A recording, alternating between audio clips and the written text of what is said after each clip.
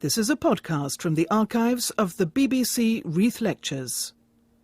This lecture in the series Authority and the Individual, given by Bertrand Russell, was originally broadcast in 1949.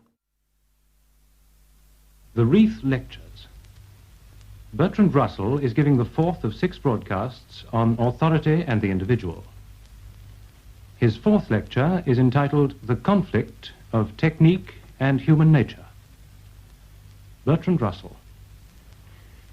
Man differs from other animals in many ways. One of these is that he is willing to engage in activities that are unpleasant in themselves because they are means to ends that he desires. Animals do things that, from the point of view of the biologist, seem to be labor for a purpose. Birds build nests and beavers build dams. But they do these things from instinct, because they have an impulse to do them, and not because they perceive that they are useful. They do not practice self-control or prudence or foresight or restraint of impulses by the will. Human beings do all these things. When they do more of them than human nature can endure, they suffer a psychological penalty. Part of this penalty is unavoidable in a civilized way of life, but much of it is unnecessary and could be removed by a different type of social organization. Early man had little of this conflict between means and impulses. Hunting, combat, and propagation were necessary for survival and for evolutionary progress. But that was not his reason for engaging in these activities. He engaged in them because they gave him pleasure. Hunting became in time an amusement of the idle rich. It had lost its biological usefulness, but remained enjoyable. Combat, of the simple sort directly inspired by impulse, is now only permitted to schoolboys, but quarrelsomeness remains and finds its most important outlet in war. Early man, however, was not wholly without activities that he felt to be useful rather than intrinsically attractive. At a very early stage in human evolution, the making of stone implements began, and so inaugurated the long development that led up to our present elaborate economic system. But in the early Stone Age, it is possible that the pleasure of artistic creation and of prospective increase of power diffused itself over the laborious stages of the work. When the journey from means to end is not too long, the means themselves are enjoyed if the end is ardently desired. A boy will toil uphill with a toboggan for the sake of the few brief moments of bliss during the descent. No one has to urge him to be industrious, and however he may puff and pant, he is still happy.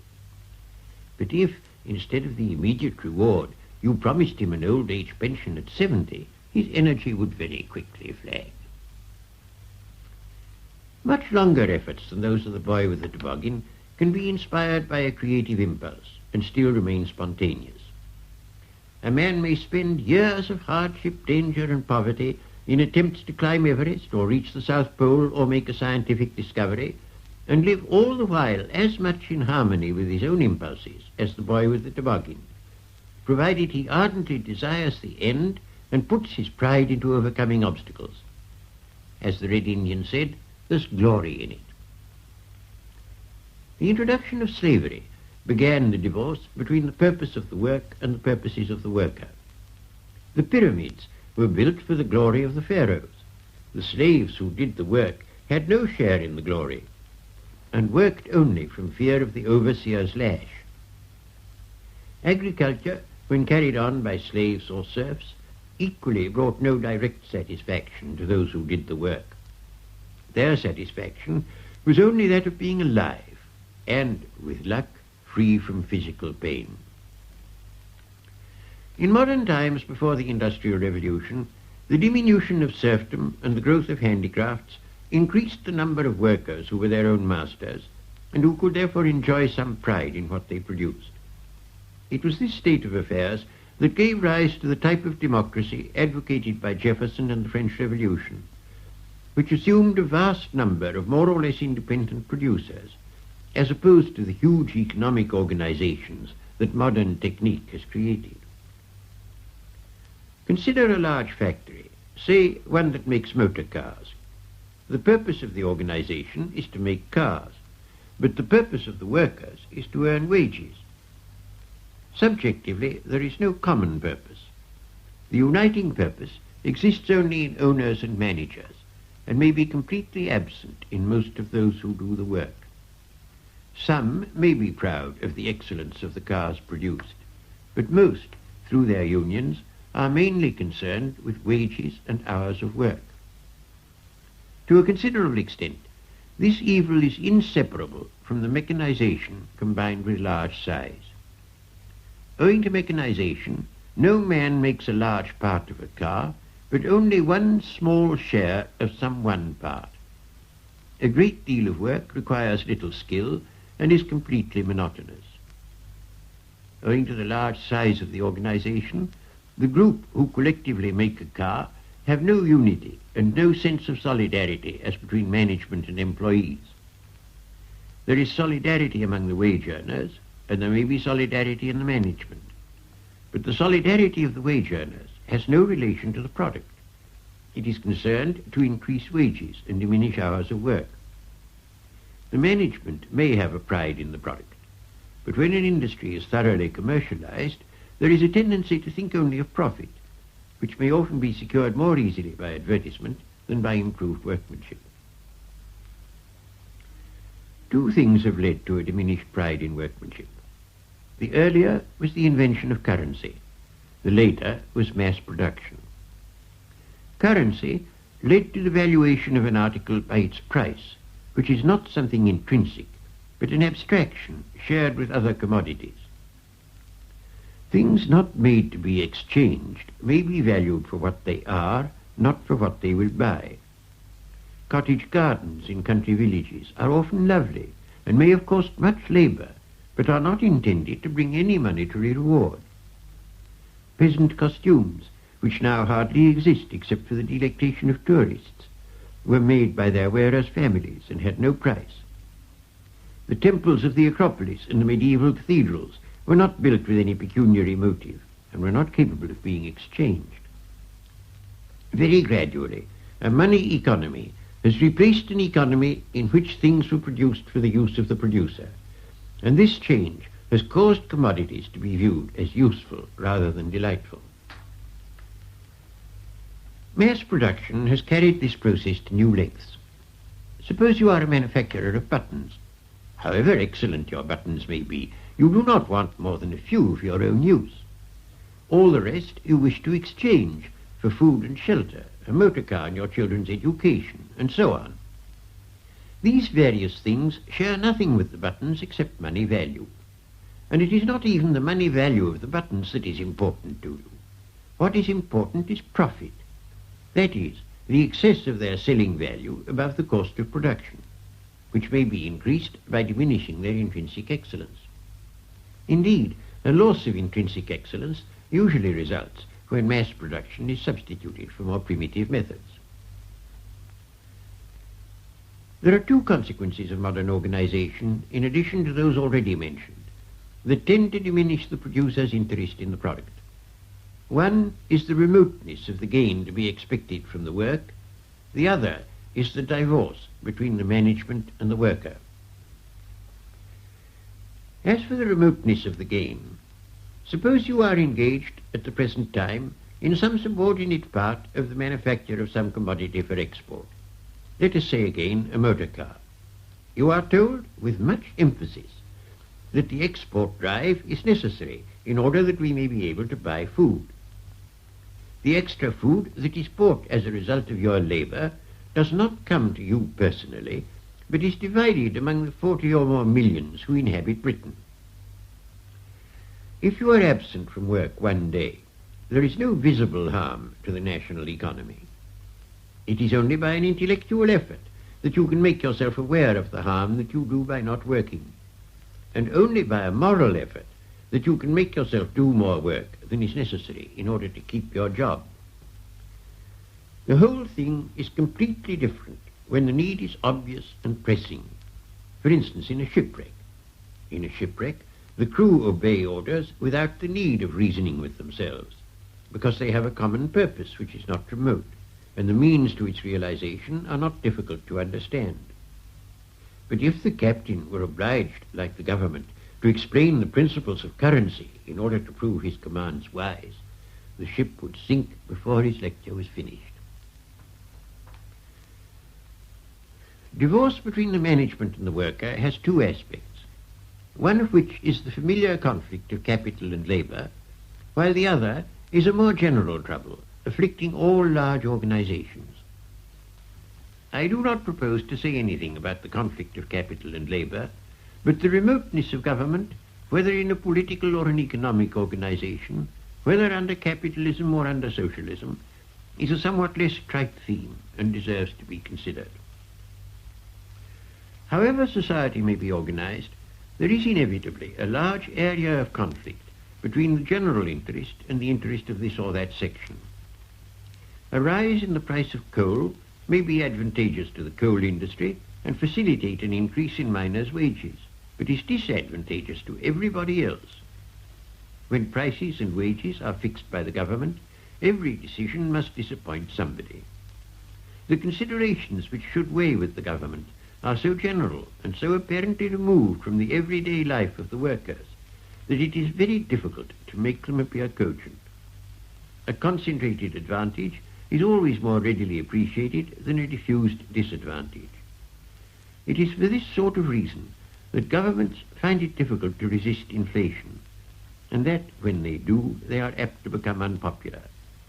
A government which acts genuinely in the interests of the general public runs a risk of being thought by each section to be perversely ignoring the interests of that section.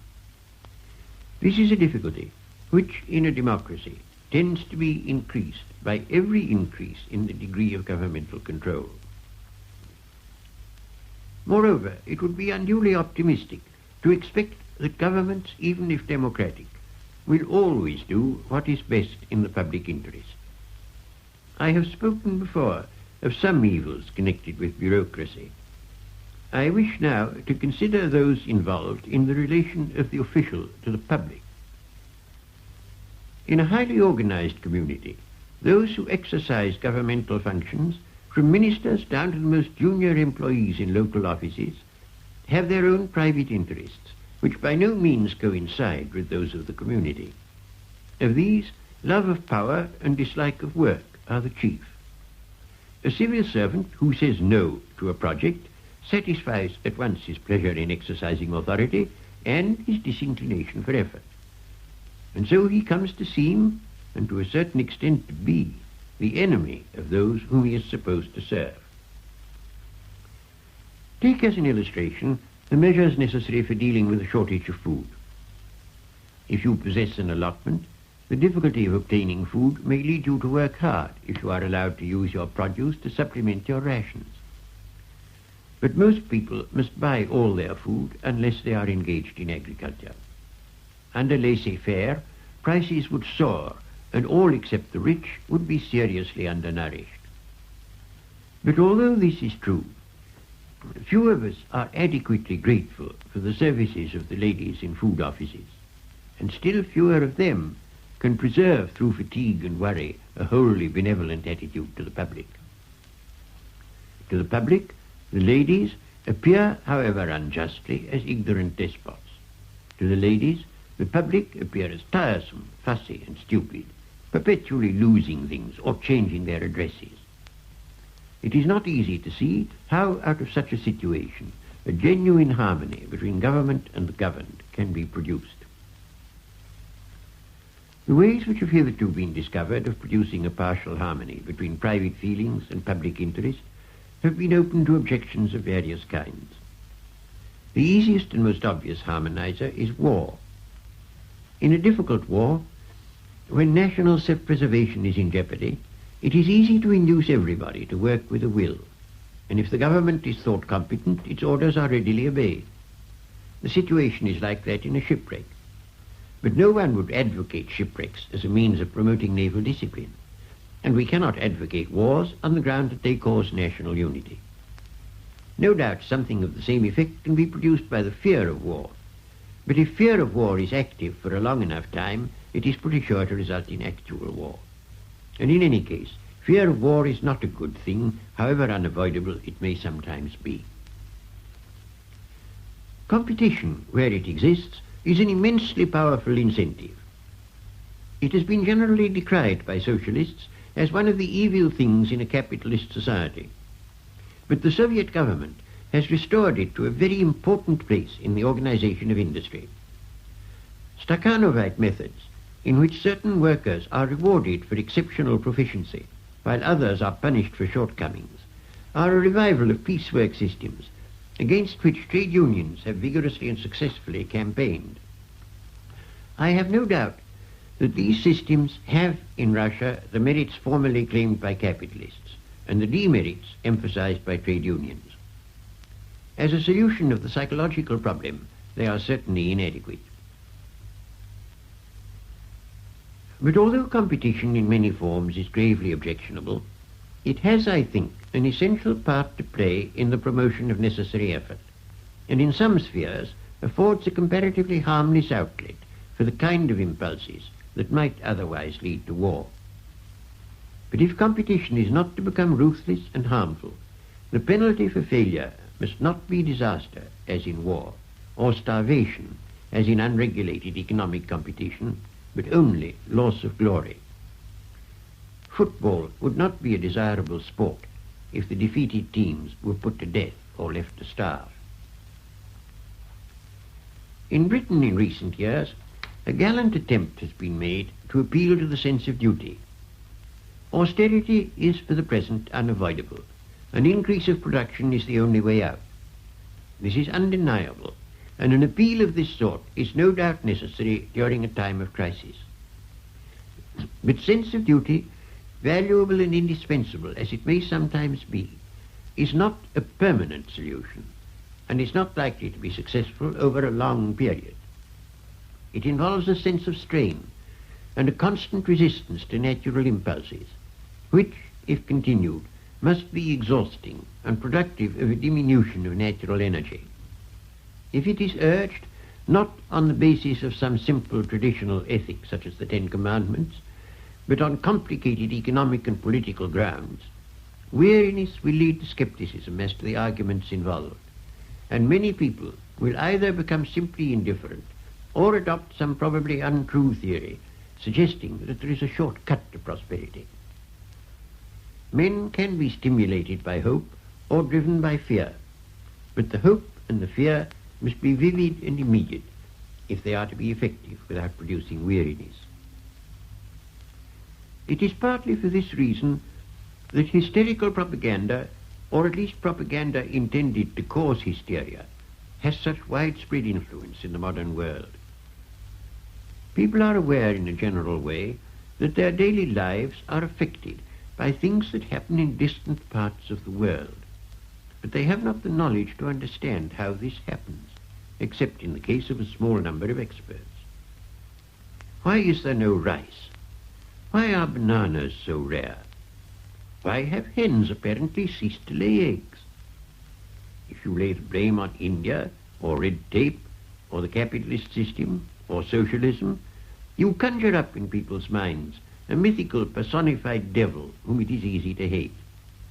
In every misfortune, it is a natural impulse to look for an enemy upon whom to lay the blame. Savages attribute all illness to hostile magic. Whenever the causes of our troubles are too difficult to be understood, we tend to fall back upon this primitive kind of explanation.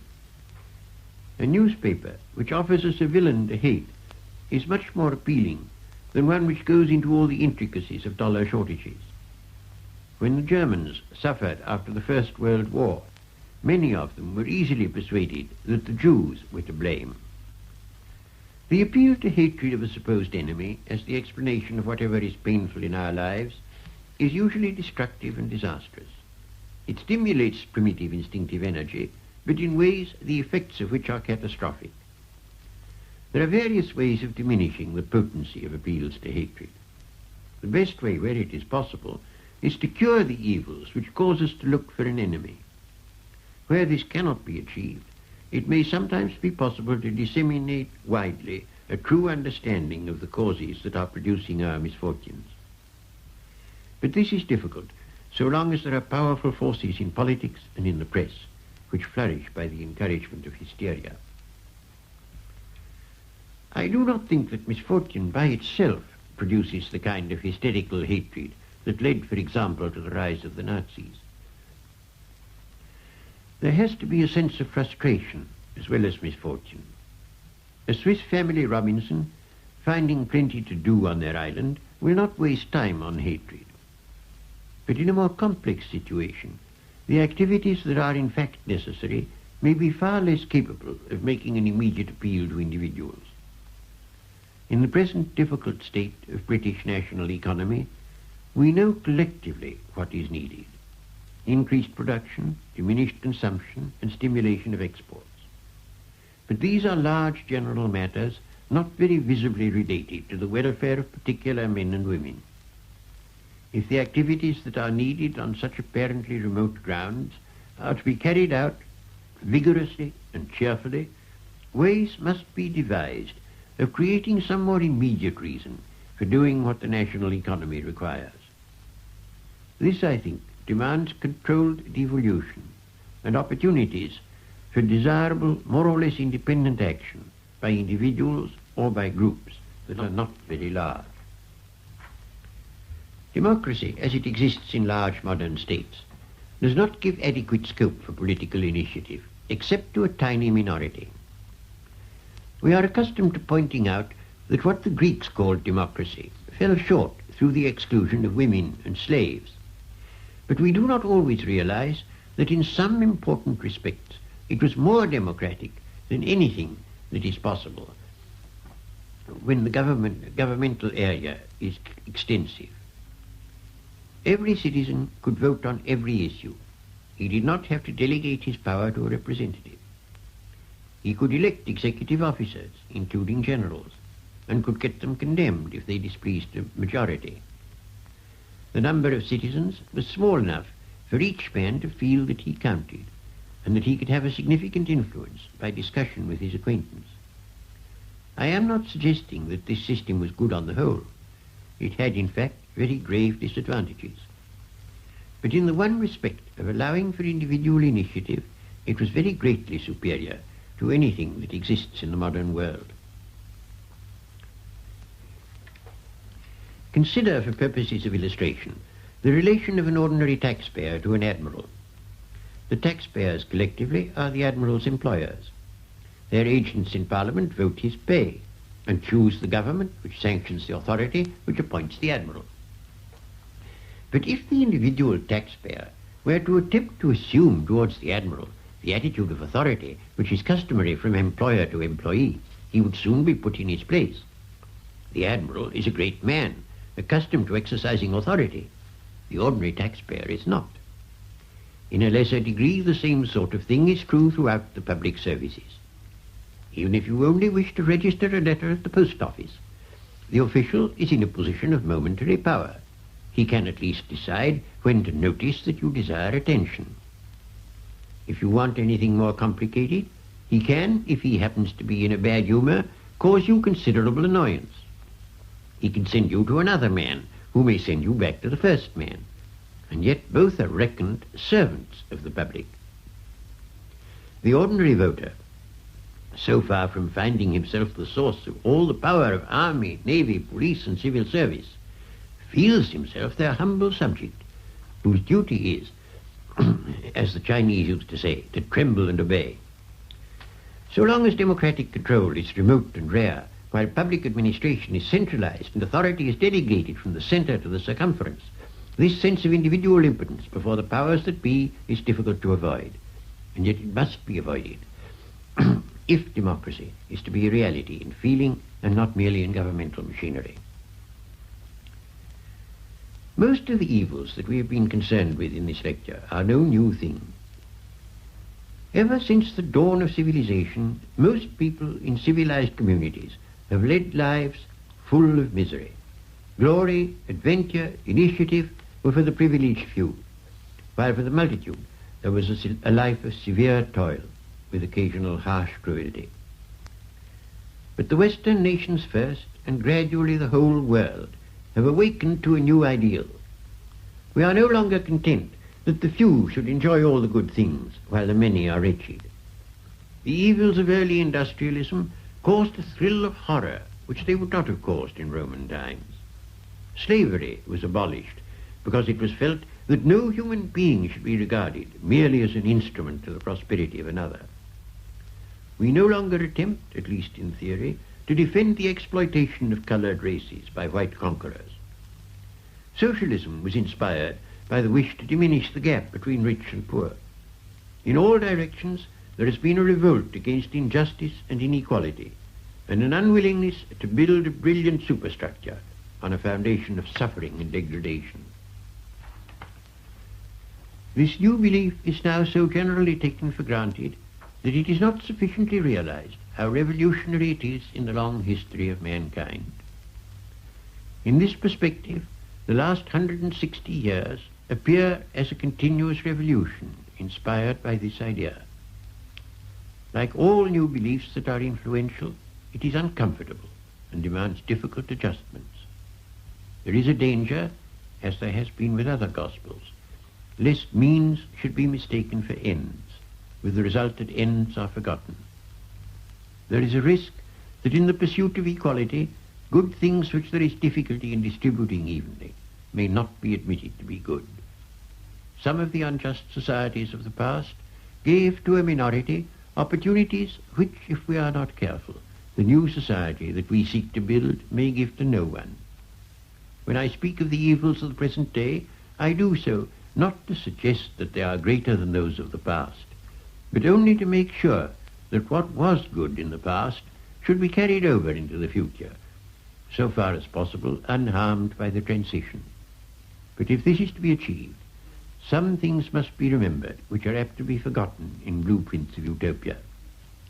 Among the things which are in danger of being unnecessarily sacrificed to democratic equality, perhaps the most important is self-respect. By self-respect, I mean the good half of pride, what is called proper pride. The bad half is a sense of superiority. Self-respect will keep a man from being abject when he is in the power of enemies, and will enable him to feel that he may be in the right when the world is against him. If a man has not this quality, he will feel that majority opinion, or governmental opinion, is to be treated as infallible, and such a way of feeling, if it is general, makes both moral and intellectual progress impossible. The old load of poverty and suffering and cruelty from which mankind has suffered since history began is no longer necessary to the existence of civilization. It can be removed by the help of modern science and modern technique, provided these are used in a humane spirit and with an understanding of the springs of happiness and life. Without such understanding, we may inadvertently create a new prison, just, perhaps, since none will be outside it, but dreary and joyless and spiritually dead. How such a disaster is to be averted, I shall consider in my last 2 lectures.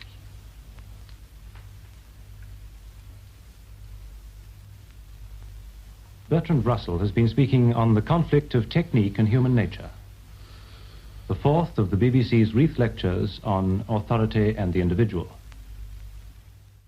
You've been listening to a podcast from the archives of the BBC Reith Lectures. For more podcasts, please visit bbc.co.uk/radio4.